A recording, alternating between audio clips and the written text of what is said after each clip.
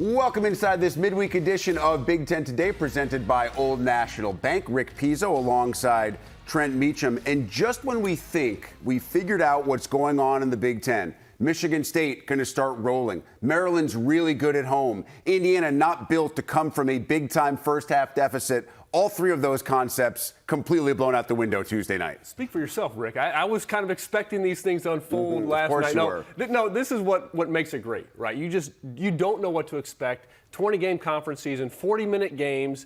So much can happen. So much has already happened. Hey, we got another 9-10 games here to go, so I'm looking forward to see how this unfolds. The big story does look back at Tuesday night's results in Big Ten men's basketball. Michigan State goes to Minnesota and loses 59-56. Cam Christie was really good, showing flashes of why so many at the next level think he could be there sooner rather than later. Trey Galloway scores 19 of his 25 in the second half as Indiana comes all the way back from a double-digit halftime deficit to beat Ohio State 76-73. And Rutgers hands Maryland what could be a really painful loss in terms of the Terps' hopes to get to the NCAA tournament, losing at home to the Scarlet Knights 56-53. Let's start with the game that was in the Twin Cities, because Minnesota has shown glimpses. We'll get to Michigan State in just a bit and what ails the Spartans. But the job that Ben Johnson has done with this team, after we saw what they had to go through last year with all sorts of injuries and roster issues, he has got this team back on track. You blink, and Minnesota is above 500 in league play. Yeah, yesterday I said their ceiling is an NCAA tournament team. I think they can make the NCAA tournament, how they're playing, when I look at the roster. The most important thing for this team when you think about their struggles in recent years, some younger players playing big minutes, is the belief. And here you are at home against a Michigan State team that has those expectations, that has that belief, has that confidence, has a legend on the sidelines, has all-American caliber guard. And to win that, to outscore how they played in the second half specifically, I was really impressed. And when you think about building a program for Ben Johnson and for this team this season, building confidence, growing in their belief, believing, hey, yeah, we can win these close games. We are an NCAA caliber team. I was very impressed. We can get to some of the individuals, but defensively, they were fantastic, very aggressive on the ball screens. They really did not allow Tyson Walker, these guys, to get anything easy. And the job in particular against Malik Hall and A.J. Hoggard was as good as I've seen all season. Yeah, phenomenal half-court defense. Yes. But from an individual perspective, Cam Christie was certainly the star last night for Minnesota, at least offensively. What are you seeing from him? A highly touted guy coming in. He's got all the skills. It's just a matter of putting it together night after night. Well, I see a pro, a future pro, and just so smooth, so fluid. His size, 6'6", 6'7". He can shoot over the defense that second half. 14 points, and his ability, 5 for 7 from the three, to rise up over defenders, off the move, off the bounce, some big-time shots when they were down late, making some shots, was really impressive. Also hit the boards as well. He's got a great combination of you see his confidence growing, but also seems like a cerebral guy, does not get rattled in the big moments. So I think he's only going to continue to improve, and I would expect him, thinking of the freshman of the year, to really have a strong finish to this season, put him in consideration with Owen Freeman, with Mbako as well. Yeah, I think Owen Freeman right now is the odds-on favorite. 7 Big Ten Freshman of the Week honors already for the Iowa Big. As for Michigan State, you're going to get what you're going to get from Tyson Walker, and that seems to be the given. But the barometer, or the barometers, seem to be Malik Hall and A.J. Hoggard. And in this game, Hoggard struggled again with his shot. And Hall, and this is somewhat inexplicable to me, he is so passive in moments. A guy that has been around, that knows that his team needs him to score. He takes 4 shot attempts in the entire game and just seemed really quiet. Something has to light a fire under him and A.J. Hoggard if this team is going to make any type of postseason run. For sure. First, Rick, I'll say Minnesota, Pharrell Payne, Parker Fox, their job on Malik Hall was really phenomenal. Good. And then their aggressiveness on ball screens did not allow A.J. Hoggard anything easily. But, yes, those two guys, they're experienced players. They need them to produce at a high level, especially when they go on the road. And Malik Hall, he has all the tools. We've seen him go for 20-plus. They need 14, 15 from him consistently. When I talk about belief for Minnesota, he's got to believe he can be one of those guys. And right now, I don't think he does. And when you go to the free throw line, you got to make him because he's going to get to the line. He was 1 of 6, and they missed 10 free throws as a team. Now, it's not the sky is falling in East Lansing because Michigan State drops 2 spots in the net. They're still top 25. All the metrics love them, so they are solidly in the tournament. But you know Tom Izzo wants to see more out of his team on game day. As for Indiana, I didn't get to watch the first half of this game. I checked the score at the half, and I thought to myself, Indiana's in big-time trouble. I'm not sure that they're built to come back and win a game like this. And then they go and absolutely run Ohio State out of the building in the second half. It's their largest comeback win since 1998. How did they flip the switch so quickly?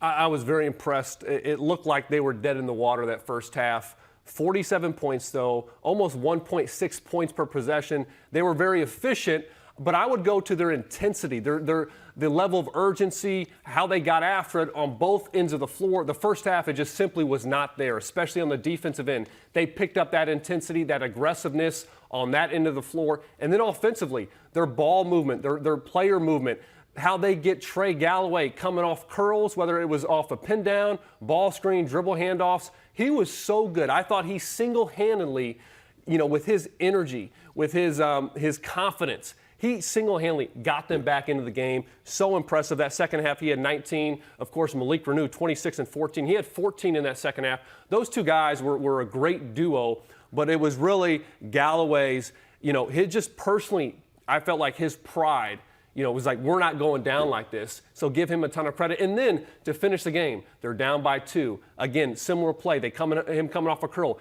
getting to the basket, could have scored it himself, dishing off to Anthony Leal. Here's a guy who hasn't played much, had his moment against Iowa, but still has not played much throughout his career.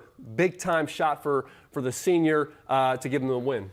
I love what Malik Renew has done this year. He goes for 26 and 14. In the non-Zach Edey competition, it's probably him and Boo Buie, right, for Big Ten Player of the Year behind Edey. I think Renew has been that good this year. I think he is a guy who maybe has made as big a step this year. I'm going to go outside the Big Ten. I think he has maybe made as big a step as any player in college basketball, period, this year.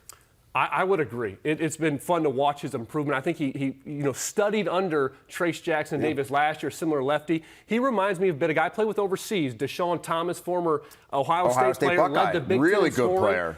Not quite the shooter that Thomas was, but around the basket, broad shoulders, great feel, knack for the ball, for rebounding, finishing with that left hand over his right shoulder. I mean, he's a load to deal with. And then you got Ware on the other side of the floor. And although he was battling foul trouble, Malik Renew, his package in the low post, his ability to go off the bounce as well is really impressive. He's just continuing to improve as a young player. Yeah, and Ohio State has been so up and down this year. You just wonder, after a loss like this, after the way that they got absolutely run out of the building last week, losing by, 25 in a game that wasn't that close, you just wonder how hard Chris Holtmann has to work to kind of keep this team together throughout the course of the rest of the regular season. It's tough. I thought this game kind of mirrored their season. Off to a good start. Things are kind of flowing well, and then when it gets tough, when the opponents, toughen up their game plan, they seem to struggle. And it just feels like this team is still searching for their identity. That's not what you want to hear in February, maybe November, but not in mid-February, not in Big Ten play, not when everybody's scouting for you,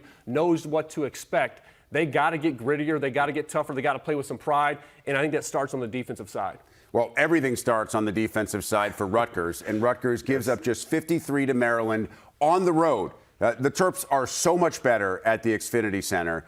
But on this night, Rutgers wasn't allowing them to do anything. This is a team that can score. I mean, when Jameer Young and Dante Scott and Julian Reese get going, this is a team at home that can score 70, 80 in a heartbeat. They get stuck at 53. Yeah, it wasn't the prettiest game at all last night, but give Rutgers a ton of credit. I thought the job Derek Simpson did on Jameer Young. Simpson's an energetic, athletic, long, just a sophomore guard, but he took on that challenge. But it was also a total team effort.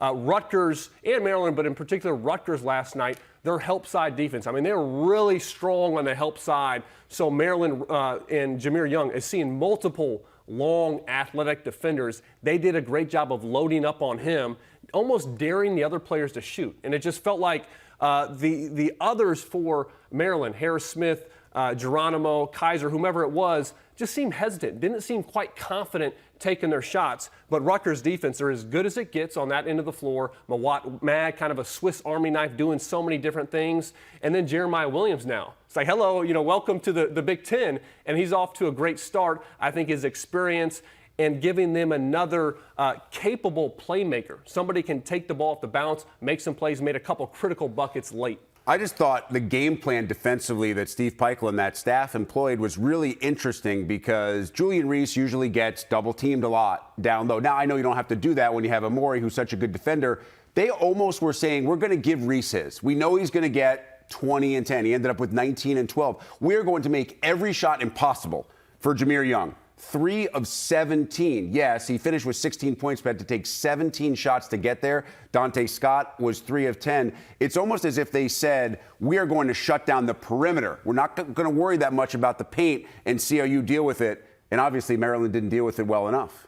They did not. And, they have a big guy in Omori that can somewhat handle a guy like Reese as well as anybody. Now, I would say Julian Reese goes for 19 points, 8 for 10, only 10 field goal attempts. I know he got to the free throw line, didn't convert there, turned the ball over some, but Maryland's got to do a better job of feeding their premier post player. Maryland's best win of the season at Illinois. Reese took the most shots he has all season, took 16 field goal attempts that game. He should be having 14, 15 field goal attempts. When you think of the lack of scoring they have, that should be a two-headed monster, along with Jameer Young getting his, being aggressive, hunting his own shot. They got to do a better job of feeding Julian Reese. Omori was in foul trouble last night as well, so I would love to see them do that more. Before we wrap the Tuesday conversation, I want to go back to the way that you started the show, talking about a 20-game schedule, talking about when you get into February. These nights are going to happen. The unexpected. We are going to see teams lose games that they are not expected to lose, maybe even at home to unranked or underestimated opponents. You've played in this league. You know it's going to happen. How do coaches try to get their guys to deal with situations like this, knowing what's on the line and knowing what's coming in just about a month's time when we go to Minneapolis for the tournament? Well, coaches pull their hair out. They lose sleep. These are young guys, and there's so many different things going on. You go on the road. Shots aren't going to fall every night out. So coaches, what they're going to do is they want to focus on the things that you can control. It might not be shot making. It might not be a pretty game. So that's why they always harp on defense. That's why they always harp on the little things.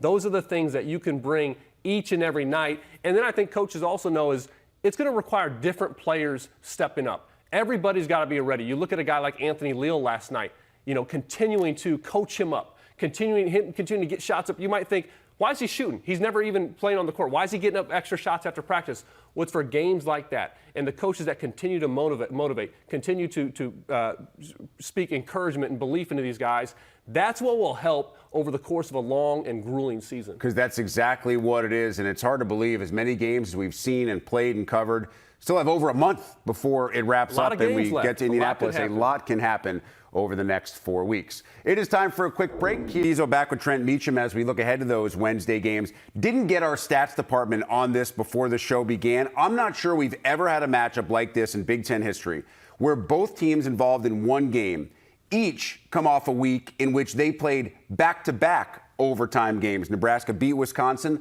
lost to Illinois. Northwestern has lost 2 consecutive in overtime. First, the epic loss against Purdue, and then they went to Minnesota this past weekend and lost. You look at Northwestern first, and you just pointed out the fact that in Northwestern's 3 overtime games, they've played 3 in their last 4. Boo Booey's played all but, 7 minutes? 7 minutes, 128 out of 135 potential minutes. Does he have the legs to go 40 a night? Because that's what Chris Collins needs the rest of the year. And the other guards, Barry and Langborg and Barnheiser, that 4-guard lineup that I think is really good, they've all played 35, oftentimes 40-plus minutes of those 45 minutes in those overtime games. So I think that's really important for them. I did think Bowie wore down a bit in the overtime at Minnesota. He was not aggressive as he typically is, especially in the closing minutes. Now, look, I know he's a fifth-year guy. He's still a young guy. You got these media timeouts. I think he will be fine, but there's no doubt that can wear on you both physically, but also mentally as well. And when I look at these two teams, the big advantage that Nebraska has is their depth. Northwestern does not have that depth. I mean, Nebraska has the luxury of like a guy like C.J. Wilcher coming off the bench and just going nuts in a game, and they can afford Keisei Tominaga having an off night and still winning against Nebraska. And then they go on the road against Illinois, and Tominaga goes crazy, and they almost pull that one out. So Very similar teams in how they both are very skilled. I love watching these teams play. They space the floor well. Northwestern is heavy ball screen with Boo Buie. Nebraska's heavy dribble handoffs with Rink Mask as the 5-man, but great skill and also say toughness for these two teams. It's going to be a great matchup tonight. You remind me, you sound like Mike Woodson a couple of years ago. I asked Mike Woodson about how many minutes Trace Jackson Davis was playing during the Big Ten tournament. He looked at me and said, shoot, he's 21 years old. He's going to be able to play as many minutes as I need him to play. He didn't use the word shoot, by the way. It was one of the classic all-time interviews from Mike Woodson. But to your point, a lot of minutes for all of the key guys for Northwestern. You wonder, though, for Nebraska. You're down 10 in that game to Illinois on Sunday with 3.5 minutes left. You come back to force overtime, a game you potentially could win if Wilcher doesn't foul Marcus Domask on Illinois' last possession in regulation. You've played so many games like this. You got to wonder, going on the road, are you able to bring that same kind of energy into a really dangerous place to play now? Welsh Ryan has become a true home court advantage. There's no doubt. I thought Nebraska proved some things last week. First off, on Friday, beating Wisconsin at home when they were down big, to pull out that win, big time, and then to go on the road in Champaign against Illinois and to take the lead in the closing seconds. I know they didn't get it done in overtime, but they showed me real fight because up to this point, I've seen a team that when the shots are going in, when they have the momentum, when they're at home and the crowd's behind them, they're as good as it gets. We saw them just blitz #1 Purdue. But I haven't quite seen that fight up until last week. So now moving forward, if I'm Fred Hoiberg, hey, you got to keep the pedal to the metal. But I like what this team is building, and I have a lot more belief in them going forward. Now, Northwestern, too, I talk about the skill. I think they're a really tough team as well. And I love how those four guards play together. Barnhizer had a big game against Nebraska last month. Now, Juwan Gary didn't play. I believe they're going to be matched up, so I think it's going to be a tougher matchup for Barnhizer. He had 24 points in that first matchup. I know you don't like bubble talk in early February. I get it. We're starting to get a little bit later in February. These teams are right next to each other in the net. They're just outside the top 50. I know you don't want to talk about it, but we have to talk about it. Because the winner of this game versus the loser of this game and the difference they are going to be feeling in terms of their tournament outlooks when they wake up on Thursday morning is massive. This is a crucial game. This is one of the bigger games I think we've had in this conference season up to this date. And not just for the bubble, the NCAA tournament. I believe both these teams, if they get there, are going to be a tough out. But for also them building their team, their confidence. They're both coming off some tough losses. Northwestern 2 in a row. That's tough. So can you find a way to get back in the winning column, continue to build and grow throughout the season? The bubble talk, all that stuff, Rick, that'll get worked out on Selection Sunday, but you're still building a season. The players are still growing as individuals. You're finding rhythm, and it's a season of ups and downs. Can those teams both get back on track, get a win? This is a big one tonight. Don't worry, I'm going to keep coming at you. Eventually, you'll soften, and you'll be ready to talk bubble by late February, early March. Okay. All right, so that's the late game on Big Ten Network, just about 9 Eastern, 8 local time in Evanston. The early game sees Wisconsin hit the road to face Michigan. Wisconsin has lost 2 in a row. Now, road games against Nebraska, road game against Purdue. Home game against Purdue, but that's I'm Purdue. sorry, home game against Purdue. In a great environment, Yes. really good environment. But the road game against Nebraska was hard, a game you lose in overtime. And you played Purdue really, really well. So coming off 2 losses, the easy question for me to ask is there any cause for concern with what's happening with the Badgers? Well, against Purdue, they didn't shoot the ball well. 3 for 19 for 3. I thought they played very well, as you said, Rick. Against Nebraska, 16 turnovers. So I'd look at one category, both those games. That's what I would go to. I'd also say, though, Stephen Crowd, they got to get him more involved. Only 8 field goal attempts combined in those 2 games. This is a guy, when things are a bit sluggish, that they need to play through more. They did not do that against Nebraska. And then against Purdue, Zach Edey was not guarding Crowell in the post. He was guarding Tyler Wall. Now, I know he's kind of back there, always kind of lurking, which makes it difficult, but I thought they could have done a better job of going to Stephen Crowell when it gets tough. The guards are playing well, but give you another post player to play through. They have not done as good of a job of that, but I was encouraged by their performance against Purdue. Despite not shooting the ball well, that was anybody's game in the final moments. And I know Rayfeld Davis sat with me on Sunday doing the Big Ten Basketball and Beyond show and said, listen, this is what Matt Painter likes to do when you have a big who can step out. He's actually going to put a smaller guy out there to defend and cross-match, as John Beilein told me that's what it's called. Very well done. But at the end of the day, to me, Wisconsin historically has always been at its best and most efficient offensively when that big can step out and make threes. Steven Crowell can make threes. For some reason, he seems more hesitant right now to shoot them than he has in the past. And maybe it's because Tyler Wall is back to an all Big Ten level. A.J. Storr comes in and is doing very different thing on the wings. Max Klesmit has had his moments. I just think for Wisconsin to be where they want to be, Crowell has to be an effective and willing three-point shooter. I agree. You got to be confident when you step out there. You got to find, okay, where am I getting my shots over the course of a game? And for Crowell, he can go inside and outside. Yeah. I think take a book from Rick Mast, how he's playing. And he picks his spots. When is that advantage going to the basket, posting up? When is that advantage picking and popping? And that's what can unlock a defense. When your big can step away from the basket, it just opens up the rest of the game. But if he's not a willing shooter, then it negates that. I absolutely love what Tyler Wall has been doing. And I know he had that tough assignment with Zach Edey on him for a lot of right it. At him. But yeah. 20 points, he goes 7 rebounds. I think he had 5 assists and 3 steals in that game. He is really doing a little bit of everything right now for Greg Gard. And they need him. On the road tonight, though, Wisconsin still, even though it's away from the Kohl Center favorites against the Michigan team, certainly struggling a little bit right now. That is the first half of our Wednesday double. Of that game, it is time for the big interview as we check in with Iowa women's head coach Lisa Bluder once again. Lisa, I think the last time you and I spoke was about 3 weeks ago, and you had a stretch in there of 7 games in 20 days. Now you've been off since Saturday, and there's been unseasonably warm weather in Iowa City. I mean, does this almost feel like a mini February vacation?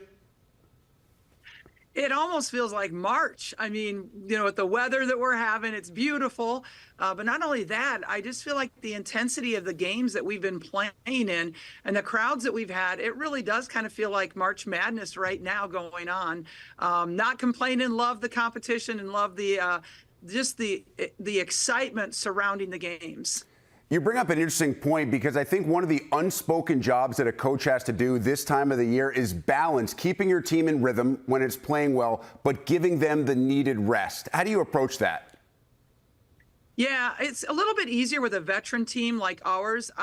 They don't have quite as much learning, or they don't need quite as many reps, in my opinion. And so really doing a little bit more film work, trying to make practices a little bit shorter. I think that's really important this time of year so that they have full legs for those games. There have been so many games where the intensity for your team and the opponent has been off the charts. You point out the Michigan State game, the Ohio State game, which goes to overtime. What's it been like for you and your team knowing that whether you're at home, whether you're on the road, no matter who you play, even Maryland this past weekend, which isn't having a typical Maryland year but played a terrific game, what's it feel like to know you're going to get everybody's best shot every time you play? Yeah, we know that going into it, and it's kind of been true. I feel like we've been getting everybody's best shot, but that's what you expect, right? I mean, right now I think we're ranked second in the country, and certainly, you expect to get everybody's best shot, but that's only going to make you better. That's going to make you better for the Big Ten tournament. It's going to make you better in March for the NCAA tournament. So, bring it on now so that we're prepared. That's what we really want. Well, you'll get a little bit more of it on Thursday night. You face a really talented and, in my estimation, one of the most underrated teams in the country in Penn State. They can score in so many different places. Ashley Owusu adds a completely different element. What do you see in Carolyn Keeger's team, and what do you expect to see on Thursday night? Yeah, I agree with you. I think Penn State is just doing tremendous this year, and I think Michigan State, too. I think those are the two, I think they should both be ranked. I mean, they're both really good basketball teams. And so, yeah, going up against Carolyn Keeger, she does a tremendous job as well. But, we know we're going to have to face the press, which we've been pretty good against the press. So hopefully that will hold true. But, defensively stopping them is tough because they shoot so many threes. They're excellent three-point shooters, but they can get to the rim, too. They're athletic. And definitely Owusu, we've played against her at Maryland. We kind of were, sigh of relief when she left to go to Virginia Tech, and now she's back in the Big Ten. So tremendous player and very, very hard to defend. We know that Caitlin gets most of the attention, and that's understandable. But before we get to Caitlin's pursuit of the record, Lisa, I want to talk about Kate Martin. She was just named to the So You Want to Be a Coach class of 2024, really prestigious honor with the Women's Basketball Coaches of America based on the court, off the court. You have to do all sorts of different things. What does Kate mean to you and to this program as both a player and a person? Yeah, it's hard to put into words what Kate has done for our basketball team. And I feel sorry for people that don't have a Kate Martin on their team. Somebody that puts team first before personnel, before themselves personally. A person that is so aware of what's going on around them and what the locker room needs at that particular time.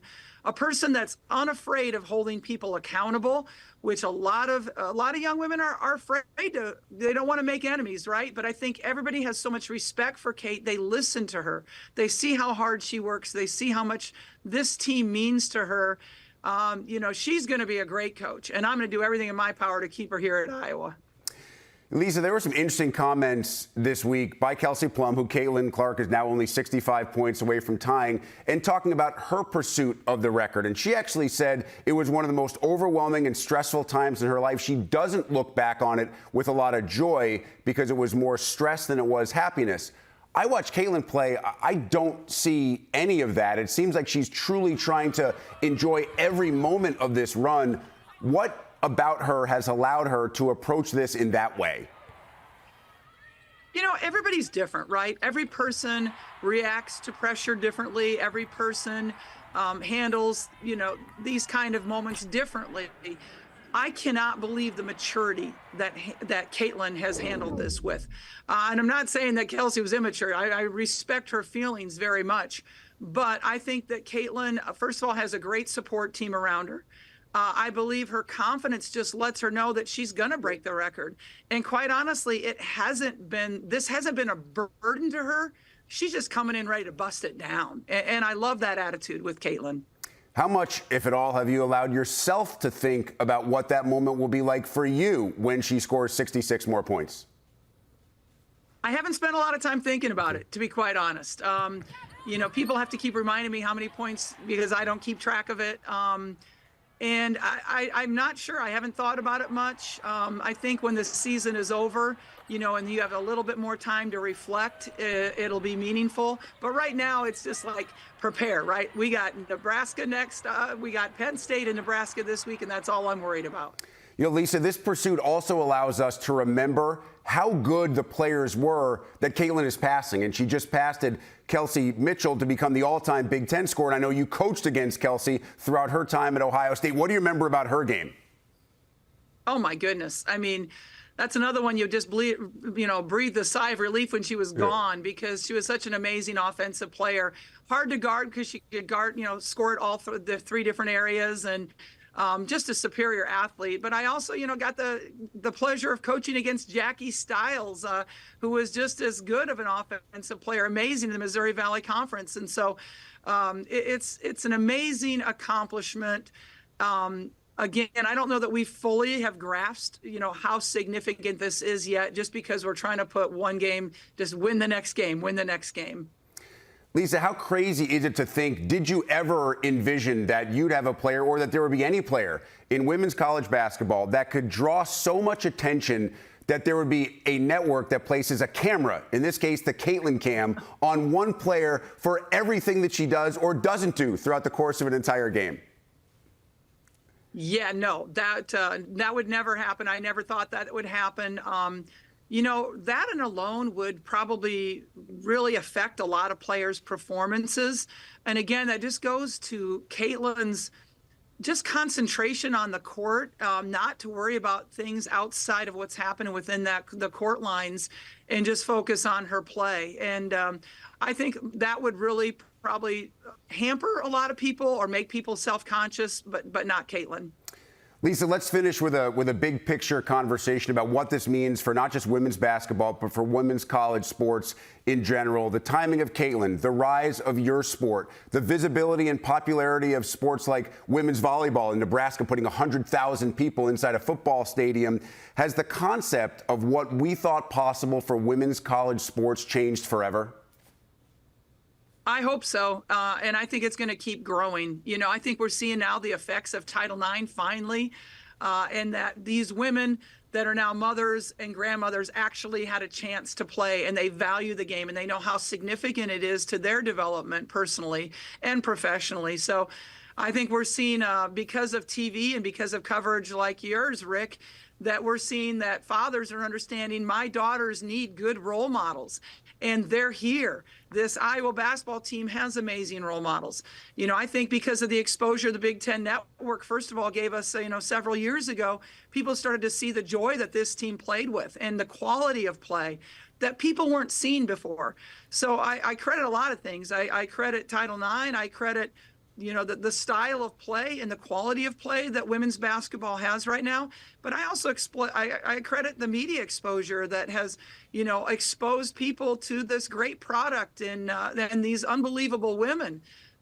We all need something positive to cheer about today, and I think women's basketball and women's athletics are providing that for us. Yeah, I know you feel remarkably lucky to coach your team, to coach Kaylin, to be coaching in this generation, and I can speak for all of us here. We feel the exact same way, to have had the opportunity to cover it and be part of this magical journey. Really well said, Lisa. Always appreciate you. Always enjoy catching up. Best of luck to you and the Hawkeyes on Thursday night when you face the Nittany Lions. Thanks, Rick. I appreciate it. We are back with today's big stat presented by Old National Bank. Most goals in Big Ten ice hockey this season. Jimmy Snuggerud of Minnesota, your goal leader with 18 tallies this year. One of his line mates, Rhett Pitlick, is also among the top goal scorers in the Big Ten. Among those four players, tied for fourth with 15 goals scored on the season. And we are excited to welcome in Jimmy Snuggerud, Gopher forward, St. Louis Blues first-round pick, and recent World Junior gold medalist. We'll get to some of those conversations in just a bit, Jimmy, but I want to start about the weekend that you guys just had. Always fun in the border battle. You go to Madison, you get 4 points. How'd the team feel getting home, especially after that really exciting Friday night OT winner? Yeah, we felt really good, honestly. We were happy with the weekend that we had, and Friday and Saturday games. Friday was one of our stronger games of the year, and then, we came out Saturday and developed as a team throughout the weekend. So, we're happy to be back here, and, obviously we wanted the shootout in the second one, but it happens, and, we're looking towards the future right now. What's that rivalry like for you guys? Obviously, you get to see Wisconsin a bunch, the way that the Big Ten Conference play is set up throughout the course of the year, but it seems like there's just a little bit of extra something when you two guys play. Yeah, I honestly don't know what it is. I think it's just the intensity that we have with each other, the rivalry that's been there forever. I think the fans bring the energy, whether it's here at the Kohl Center. So I think just the rivalry we have with them will, obviously keep going for a long time. Obviously a low-scoring series, despite the fact there's a ton of offensive talent on both teams. And on your end, a huge reason why was to play at Justin Close. He's the first star of the week. He gives up just 2 goals in 126 minutes. He had 40 saves in that Friday night OT win. What's made him so solid for you guys in between the pipes? He's such a mature player, such a mature person, too. He brings the intensity every single day on the ice. He has that growth to be better every single day. And, he showed it this weekend. He was a stud all weekend in net for us, and hopefully he'll keep having that moving forward. I know a lot of goaltenders. I shouldn't say a lot. I know some goaltenders who try to take the occasional practice day off. It doesn't sound like Justin's that guy at all. No, he's not. No, I've played with some goalies who take days off like that, but he's there every single day. A year ago, you were part of one of the most explosive lines in college hockey, and Matthew Nyes, Logan Cooley, obviously those guys made their decisions, Matthew in April, Logan in July, to join Toronto and Arizona, respectively. How much are you able to be in contact with those guys, with their schedule and your schedule? Yeah, quite a bit. Obviously, they're on the road a lot, but they have a bunch of time off.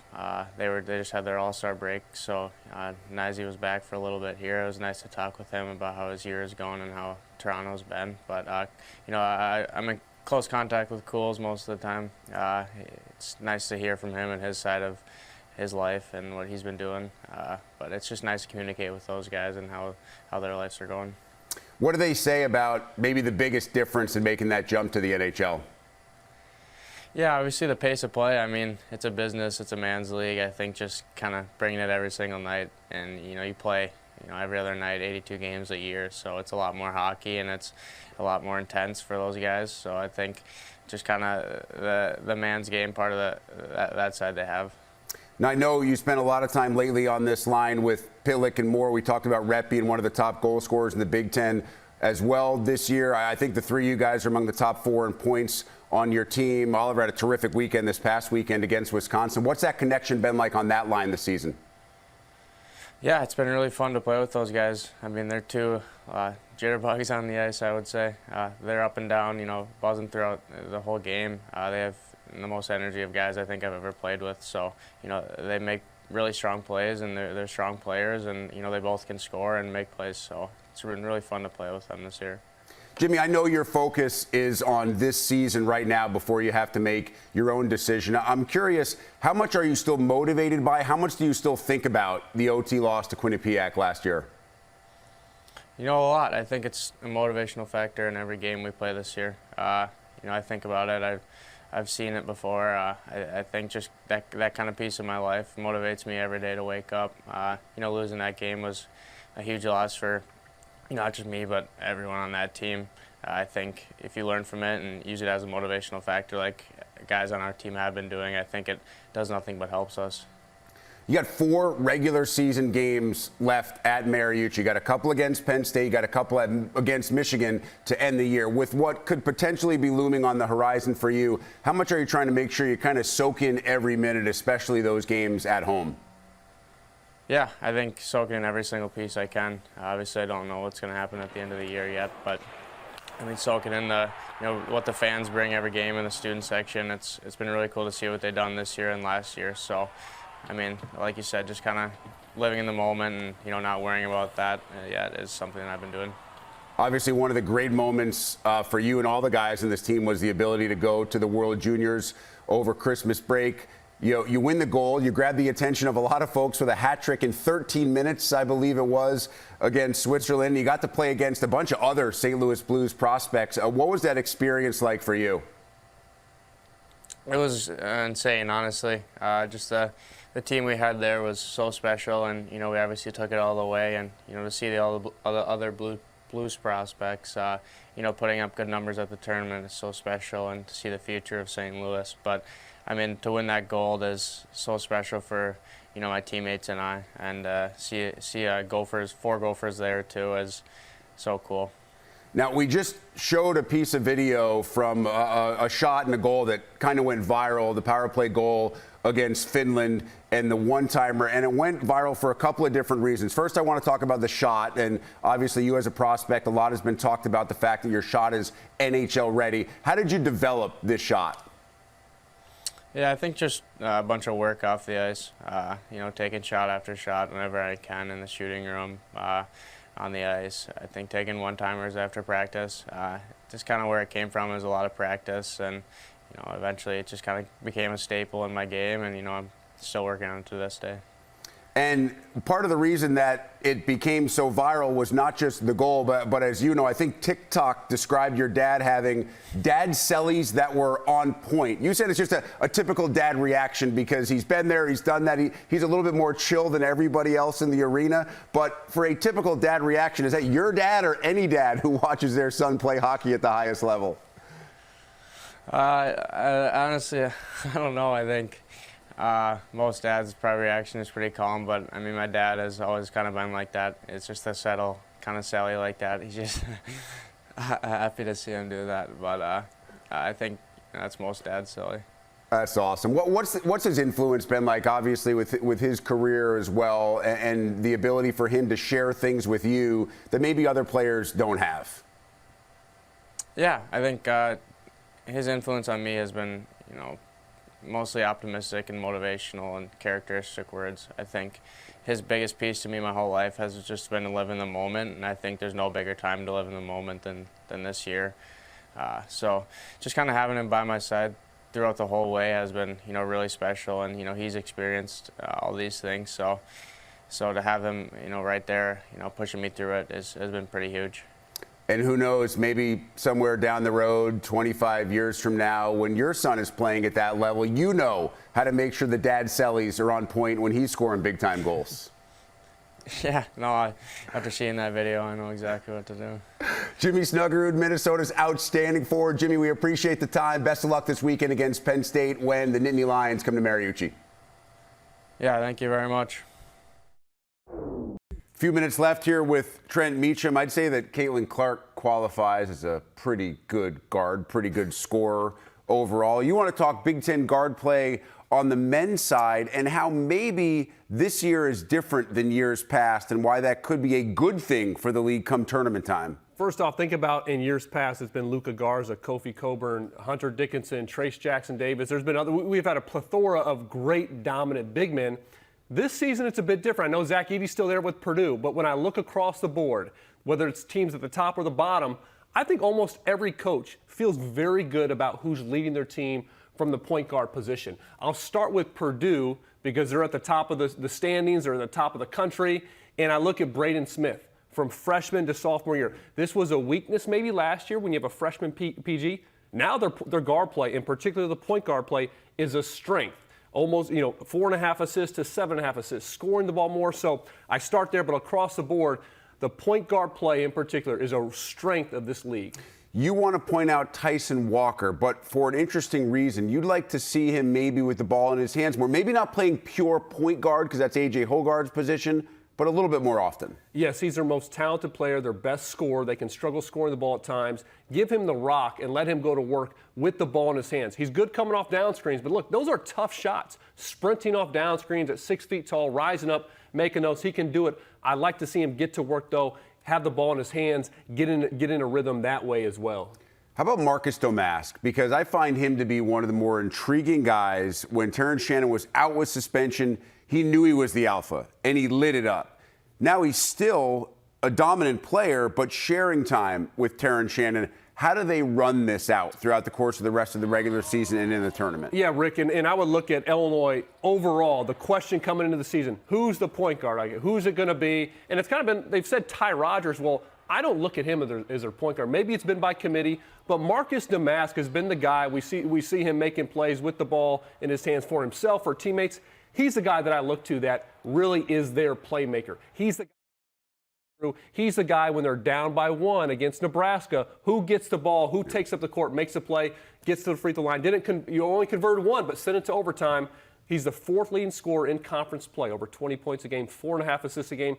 To me, he's their primary playmaker. Call him a PG, whatever you want to. He's a great basketball player. Yeah, obviously hit that 1 free throw to send the game to overtime. Missed the second, which is a surprise for an 89% free throw shooter. But they eventually beat Nebraska and Northwestern tonight. We don't have time to talk about Boo Buie, another good point guard. But you can watch him instead tonight on the Big Ten Network as part of our Wednesday night doubleheader.